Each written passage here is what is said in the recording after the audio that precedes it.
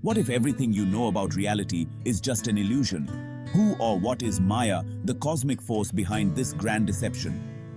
In this tale from the Devi Bhagwat, 8th Skandha, Maha Vishnu explains to Narad the intriguing concept of Maya, the cosmic force that blurs the lines between illusion and reality.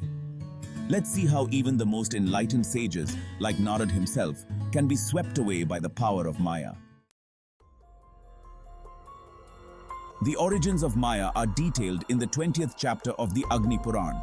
Hinsa, violence; married adharma, evil. They had two children named Anrit, falsehood, and Nikriti, wickedness. From this lineage were born Bhai, fear; Narak, hell; Maya, illusion; and Vedana, pain. Maya in turn gave birth to Mrityu, or death, the destroyer of all pain, produced from hate or misery. Mrityu then brought forth Vyadhi, disease; Zara, old age; Shok, sorrow; Trishna, desire; and Krodh, or anger. One day, Mahavishnu explained to Narad, "There is nothing like living beings on earth. All is an illusion due to Maya." Intrigued, Narad requested Mahavishnu to demonstrate this concept. Vishnu took Narad to the banks of a serene lake and revealed the astonishing workings of Maya. They strolled along the lake shore for a while before sitting beneath a majestic tree. After some time, Mahavishnu asked Narad to take a bath in the lake. Eagerly, Narad placed his violin and deer hide on the shore. He washed his face and feet, performed Achman with kush grass in hand, and stepped into the water.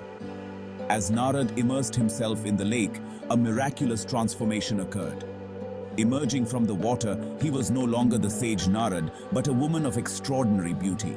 She had no recollection of her previous existence and stood on the shore, bewildered by her surroundings.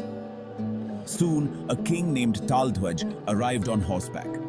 He addressed the beautiful woman as Saubhagya Sundari and immediately fell in love with her. They were married within hours, and Taldhwaj took her to his palace.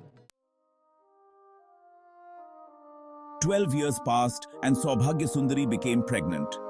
She gave birth to a son named Veervarma, and 2 years later, she had another son named Sudharma. Over the next 24 years, she bore a son every 2 years, becoming the mother of 12 sons. Later, she had 8 more sons. When all 20 sons reached adulthood, they married and had children of their own, making Taldhwaj and Saubhagya Sundari the patriarch and matriarch of a large, prosperous family. One fateful day, a distant king, leading a formidable army, besieged Kannauj. In the ensuing battle, many of Saubhagya Sundari's sons and grandsons were slain. The king fled to the palace, and Saubhagya Sundari, stricken with grief, ventured to the battlefield to see the lifeless bodies of her kin. The horrific sight of her dismembered loved ones, with heads, hands, and legs severed and blood everywhere, left her devastated. She collapsed and wept bitterly. At that moment, Mahavishnu, disguised as an old Brahman, appeared before her. He imparted profound truths about life, easing her sorrow. Following his advice, Saubhagya Sundari called Taldhwaj, and together they returned to the lake. As instructed by the Brahman, Saubhagya Sundari took a dip in the water, and lo and behold, she transformed back into Narad. As Narad emerged from the lake, Mahavishnu stood by, still holding his violin and deer hide, smiling gently. The sight of Vishnu restored Narad's memory of all that had transpired. He recalled how he had asked Vishnu to show him Maya, taken a bath in the lake, lived a long and tumultuous life as Saubhagya Sundari, and finally, how Vishnu had come to him disguised as an old Brahman. Meanwhile, Taldhwaj, puzzled and distressed, found a bearded sannyasi, Narad, where his beautiful wife had bathed. He approached Narad and demanded, "Oh, best of sages, where is my wife who just dipped herself in this same place? From where do you come?" Mahavishnu then approached Taldhwaj and consoled him, explaining with illustrations that human ties are ephemeral. He encouraged Taldhwaj to take a bath in the lake. After his bath, Taldhwaj, disillusioned with life, retreated to the forests to perform penance, ultimately attaining moksha, liberation. This profound tale from the Devi Bhagwat, 8th Skandha, beautifully illustrates the power and depth of Maya.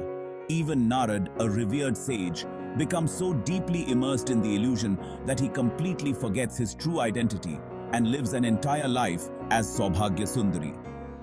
This demonstrates the overwhelming power of Maya, which can make even the most enlightened beings forget their true selves. Who knows? Perhaps we too are living in one of Maya's countless illusions. See you next time. Subscribe to receive notifications for our upcoming captivating stories.